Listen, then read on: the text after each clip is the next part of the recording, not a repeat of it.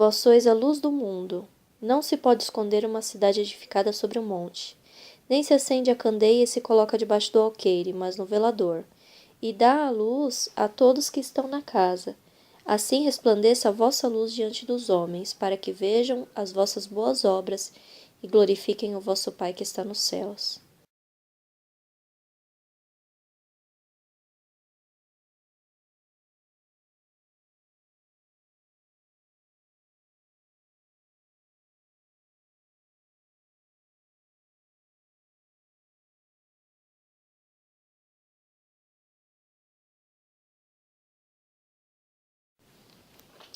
Então, eu estou fazendo esse vídeo aqui para mostrar para vocês algumas pessoas que talvez não sejam conhecidas por vocês, mas que tiveram um papel muito importante em carregar o Evangelho durante o tempo que passou, da época dos apóstolos até os dias de hoje. E eu vou começar exatamente pelo nosso tempo. Claro que nesse vídeo eu não posso falar da vida de todos os cristãos que estiveram em evidência. E também não estou querendo menosprezar quem não está aqui no vídeo, né? Dizendo que não são bons ou isso ou aquilo, mas eu quero sim trazer a conhecer, né, alguns nomes que talvez vocês não conheçam ainda e algumas histórias, né? E o primeiro deles é uma pessoa que é da nossa época. O nome dele é Josh McDowell. Ele nasceu em 1939 e a história de Josh começa com muitas tragédias pessoais. Ele foi abusado fisicamente, o pai bebia muito, a mãe apanhava do pai, enfim, tiveram várias coisas na vida dele e vamos dizer assim, ele se vestiu de uma carapaça do ateísmo, né? Para realmente fechar as portas na cara de Deus, como ele acabou dizendo. Mas quando ele se tornou jovem, ele foi desafiado a pesquisar sobre a ressurreição e saber se era verdade ou não. E ele foi então pesquisar e ele descobriu fatos a respeito da ressurreição. E a história dele é muito bonita de se conhecer. Vou deixar para vocês um material na descrição do vídeo para vocês poderem pesquisar mais a respeito das pessoas que eu vou falar aqui, tá bom? E o mais interessante na vida do Josh é que ele ofereceu para Deus exatamente as tragédias que ele tinha, né? Porque ele só tinha isso na vida dele. Então, ele hoje ajuda pessoas que passam por situações das quais ele passou. Se você gosta dessa linha do ateísmo para o cristianismo, se você quiser saber mais sobre isso, você pode pesquisar também sobre Lee Strobel e também sobre C.S. Lewis. São dois autores que passaram do ateísmo para o cristianismo, também pesquisando a respeito da ressurreição de Cristo. Quando eles encontraram as evidências, não puderam mais negar a existência de Cristo. Agora eu quero falar para vocês a respeito da doutora Daisy M. W. Osborne, esposa do Dr. T. L. Osborne. Ela teve o início do seu ministério no ano que se casaram, em 1942. Foi uma mulher muito especial, cheia de fé, autora de vários livros, e ela enfrentou diversos desafios ao longo do seu ministério. Era uma mulher de um coração muito generoso, principalmente com relação a levar o evangelho para as pessoas. Diversas vezes o casal se dispôs dos seus bens para estar empreendendo na obra. E o que implica hoje nas nossas vidas é que Jesus deixou uma mensagem para ela compartilhar com as pessoas. E essa mensagem é que as mulheres podem pregar o Evangelho. E ela saiu pregando o Evangelho justamente por isso. Os dois viveram o que eles chamam de ministério apostólico. Enquanto eles pregavam, a mão de Deus o Pai se manifestava operando milagres. Ela teve impacto na minha vida hoje, mais de 60 anos depois, né? Eu posso pregar hoje o Evangelho e as pessoas escutam o que eu falo, dão valor ao que eu falo, exatamente porque ela passou por aqui e deixou essa semente. Vamos para o próximo. Avançando um pouquinho no tempo, nós vamos falar a respeito de D.L. Moody. Ele foi um evangelista, nasceu em 1837. A família dele era bem pobre. O pai bebia bastante, morreu novo. Enquanto as crianças eram pequenas, a mãe tinha 9 filhos e teve que sobreviver aí, lutando para que a família ficasse unida, com 9 filhos sendo viúva. Mas ela não desistiu e tinha o apoio das escrituras. Moody, enquanto era jovem, ele tinha o sonho de trabalhar e ficar rico. Mas quando ele recebeu o chamado de Cristo, ele percebeu que existia uma riqueza muito maior no reino do céu, preparado para ele. E ele passou então a empenhar a sua vida, dedicar a sua vida para o reino de Deus. Ele buscava crianças para ensinar, começou com o ministério infantil e depois ele passou a pregar para multidões. E as pessoas levavam a sério a pregação dele. Elas tinham muita responsabilidade em aceitar Cristo quando ele pregava. Naquela época, o Evangelho era algo muito sério.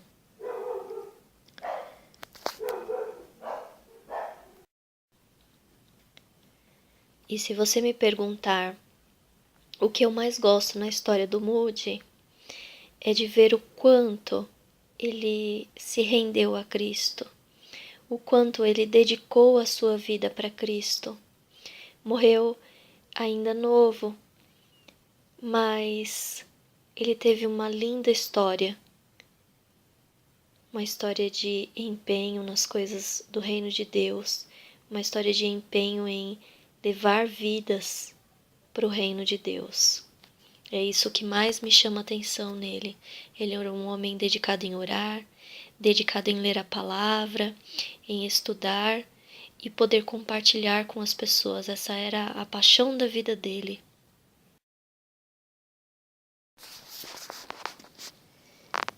Nós podemos falar um pouco a respeito de Charles Spurgeon. Ele foi um grande pregador.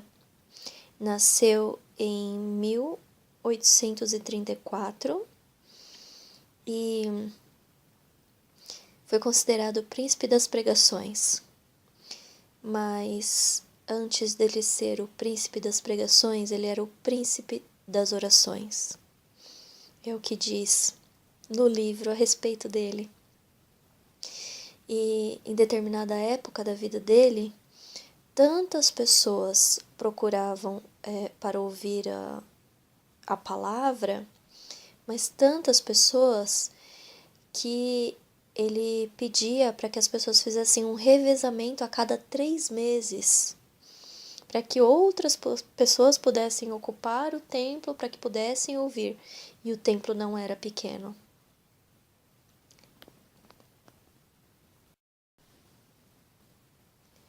O que eu mais gosto de ver em Spurgeon é que para falar contra o pecado, ele não tinha meias palavras. Ele falava a verdade, doa a quem doer. E o evangelho era levado a sério. Hoje, se nós pregamos contra o pecado, as pessoas se ofendem.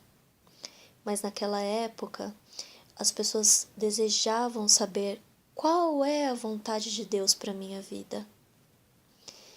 E é isso que levava multidões a ouvir o que ele tinha para pregar. Isso é um fato que nós precisamos refletir bastante. Como é a nossa aceitação com relação ao Evangelho? O Evangelho é celestial e nós somos carnais, mas nós não podemos deixar a nossa carnalidade vencer o Evangelho dentro de nós. O próximo é George Miller. Ele era chamado de apóstolo da fé. Nasceu em 1805 e no começo da vida dele, ele queria ter uma vida de pastor.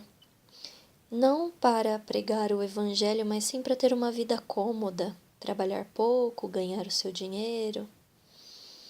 Mas no caminho disso, ele viu algumas pessoas dentro de um templo orando de joelhos e pedindo que viesse ali a bênção de Deus. E aquilo tocou o coração dele. E ele percebeu ali que existia algo mais, algo maior de Deus para a vida dele. E o ministério de George Miller foi totalmente baseado na fé. Em algum tempo, ele abandonou o salário de pastor. Ele fez isso porque naquela época as pessoas que frequentavam a igreja costumavam dar uma contribuição pelo banco que utilizava dentro da igreja. Não era como o dízimo hoje em dia, mas ele entendendo que por causa disso algumas pessoas que não tivessem condição de pagar ficariam constrangidos de ir ao templo e não teriam a oportunidade de ouvir a palavra, então ele abdicou do salário de pastor, colocou uma caixa na igreja e disse que a partir daquele dia apenas Deus saberia das necessidades dele e que quem quisesse poderia ofertar algo para ele naquela caixa.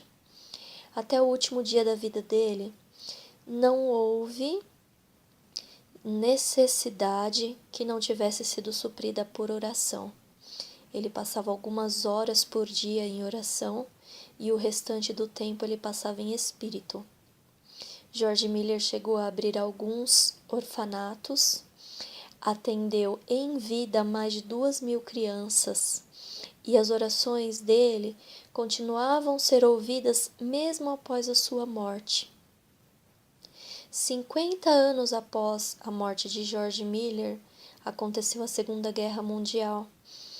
E onde ficavam os orfanatos era um lugar onde as bombas atingiram, enfim. Porém, lá no orfanato, nem os voluntários que trabalhavam, nem as crianças foram atingidas. As únicas coisas que aconteceram foram alguns estilhaços de vidro. E o número de órfãos atendidos dessa mesma maneira, apenas pela fé e oração das pessoas, chegou a 19.000. Então foi um grande testemunho a vida dele de fé. Eu recomendo que você leia a respeito de George Miller. Nos nossos dias, na nossa geração, parece que tudo é muito difícil, qualquer problema é muito difícil, mas é porque nós não sabemos agir da forma como essas pessoas agiram. Eles tinham a oração como fundamento, eles tinham a palavra de Jesus como fundamento, e é isso que falta para essa geração. Essa geração distanciou-se muito, muito de Jesus, e é por isso que as coisas estão como estão. Vamos então correr um pouquinho mais no tempo, e nós chegamos à história de John Bunyan. Ele nasceu em 1628 e ele era um pregador cristão. E ele pregava a graça do Senhor Jesus Cristo. Algo tremendo, tremendo. E ele foi preso por pregar o Evangelho. Dentro da prisão, ele recebeu da parte de Deus uma história que se chama O Peregrino e depois A Peregrina. E essa história tornou-se livro. Um livro que é amplamente conhecido.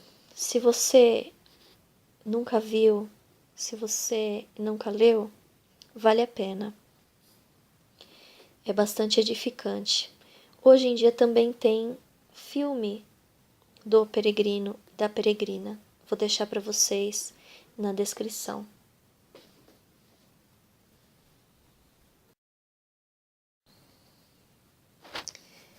Agora nós vamos chegar a 1500 e nos deparamos com a história de Martinho Lutero. Na realidade, ele nasceu em 1483, mas o ministério dele começou ali por volta de 1500. Ele foi estudar para ser padre e se deparou com muitas coisas ruins, com muita podridão no meio dos clérigos. Ele viu prostituição, ele viu extorsão, ele viu muitas coisas e não pôde se conter. Ele teve que lutar contra isso, ainda que a vida dele estivesse ameaçada. A história de Lutero é uma história muito bonita. É algo que incentiva a nossa fé com relação aos desafios. A luta de Lutero era contra as autoridades dentro da igreja. Algo que exigiu dele muita coragem. Lutero não foi martirizado, porque nessa época a política estava num cenário favorável a Lutero. E o que Lutero queria era colocar a Bíblia na mão do povo. Nessa época, a Bíblia era em latim e estava na mão apenas do clero. Latim já não era uma língua falada habitualmente ou escrita habitualmente, já era uma língua morta. E o povo não tinha acesso às informações contidas dentro da palavra de Deus. Por isso, eles ficavam vendidos àquilo que as autoridades, que os padres, que os líderes, enfim, falavam. E nesse momento, a igreja chegou num absurdo tão grande que se dizia dona da salvação das pessoas e exigia dinheiro das pessoas para a salvação. Bom, eu recomendo que você pesquise a respeito disso, que você procure a respeito disso. É uma história muito interessante. Como eu disse a vocês, Lutero não foi martirizado, mas algumas pessoas encabeçaram a reforma, né? O que eles chamam de período de pré-reforma, e essas pessoas, sim, pela mesma luta, foram martirizados. Eles também queriam colocar a Bíblia na mão do povo, eles também queriam mostrar para as pessoas que não era a igreja que detinha a salvação, mas que Cristo trazia a salvação. Enfim, e pela verdade, muitos foram mortos. Em 1373, nós temos um precursor da Reforma chamado John Huss. E ele pregava na mesma linha de Lutero, contra as indulgências, que era exatamente esse valor que se dava com relação à salvação, com relação a, por exemplo, eu tenho um parente que faleceu há alguns anos. A igreja pregava que esse meu parente estaria no purgatório.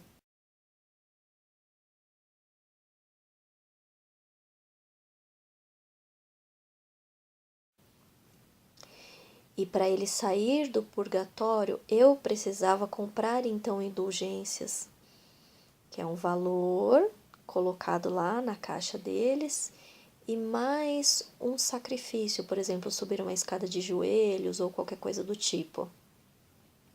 E então a igreja concedia que esse meu parente saísse do purgatório. Era assim que era pregado na época, e eles eram contra isso. Eles conseguiam ver que isso não estava correto, né? E essa oposição foi a causa da morte de John Huss, tá? Ele foi queimado numa praça. Ele também era contra a veneração de imagens, né? E ele pregava a respeito da autoridade que existe na palavra do Senhor Jesus Cristo. Junto com John Huss, também teve John Wycliffe, em outro lugar, né? Mas a época era próxima, 1329. Ele também pregava contra os abusos da igreja, contra a autoridade quase que ilegal, né, da igreja com relação a essa prática de espremer a população. Enfim, ele não foi martirizado, não chegou a ser martirizado, mas sofreu muitas ameaças também, tá?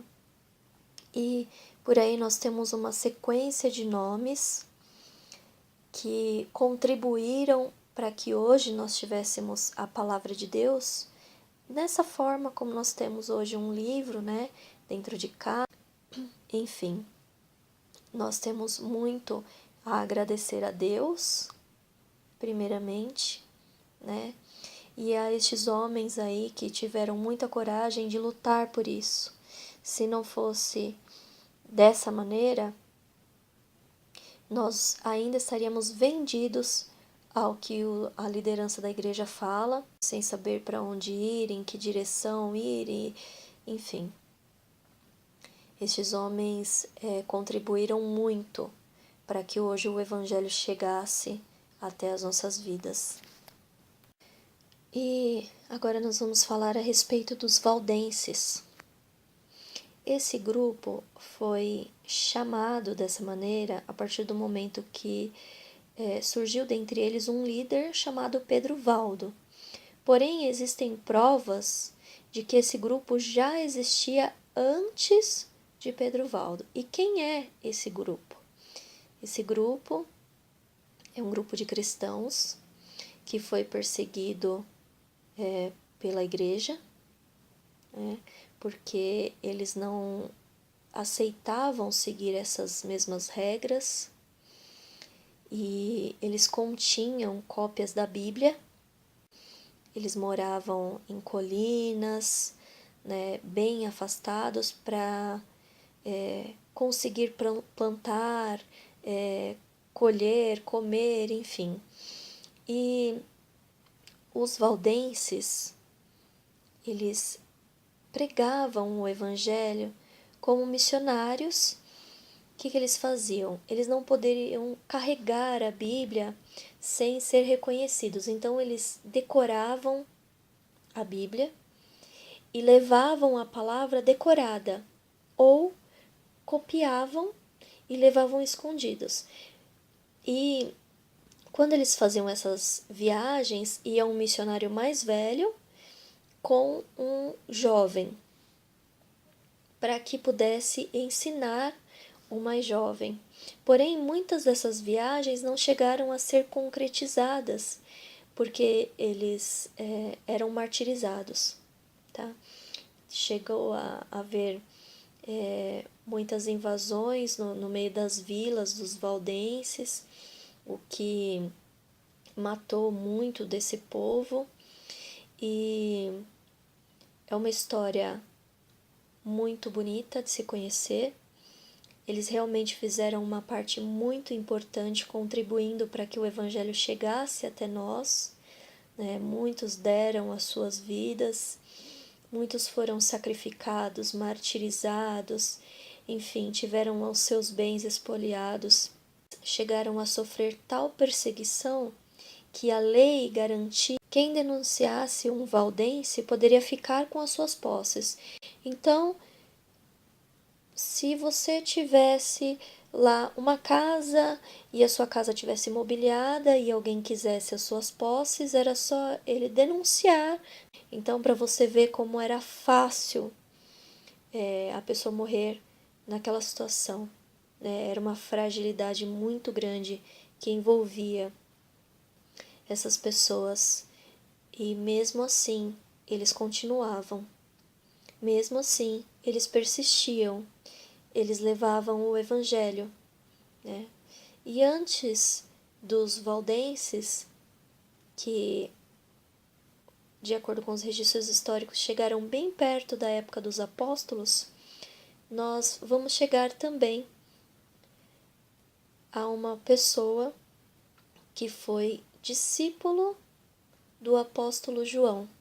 O nome dele é Policarpo. Esse homem, ele, quando era criança, foi comprado como escravo, e a pessoa que o comprou, a mulher que o comprou, ela tratou ele como se fosse seu filho. E em determinada idade, ela mandou ele para estudar com o apóstolo João. Então ele estudou, absorveu os ensinamentos e replicou por escrito. E na época dele, o governador, né, chamado na época de procônsul, começou a perseguir os cristãos.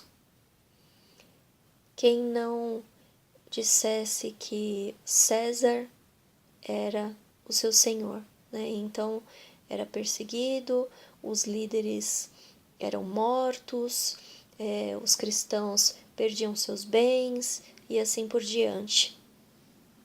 Muitos foram mortos no Coliseu, lá com os leões, eram colocados para servir de alimento para o leão, outros eram na fogueira, enfim. E Policarpo, a história de Policarpo é muito interessante para que a gente possa ver o cuidado de Deus com o Evangelho. Policarpo, antes de ser martirizado, ele consegue levar o Evangelho adiante, e depois sim, depois que ele terminou a carreira dele, então ele se entregou e foi morto. Eu não vou contar aqui como ele foi morto, eu não vou contar aqui a circunstância, mas isso aconteceu por volta do ano 150 e vale a pena você buscar aí algumas informações a respeito dele. É uma história que é verdadeiramente apaixonante. Para nós que somos cristãos, essas histórias, elas estimulam a nossa fé. Ela nos leva a um lugar mais alto. Quando você olha para Cristo, você olha para os apóstolos e você olha para pessoas como essas, você percebe que a luz de Cristo não é algo inatingível. Sabe, ela pode existir dentro da sua vida. E Cristo não exige perfeição para isso. A exemplo disso está o apóstolo Paulo, que diz lá: eu sou o principal pecador e Deus usou este principal pecador para mostrar a sua graça. Então, o que falta em nós, na verdade, é a atitude de dizer: Senhor, eu quero ser a tua luz. Senhor, faz de mim tua luz nesse mundo. E é isso que eu queria compartilhar com vocês. Fiquem na paz do Senhor Jesus Cristo. Amém.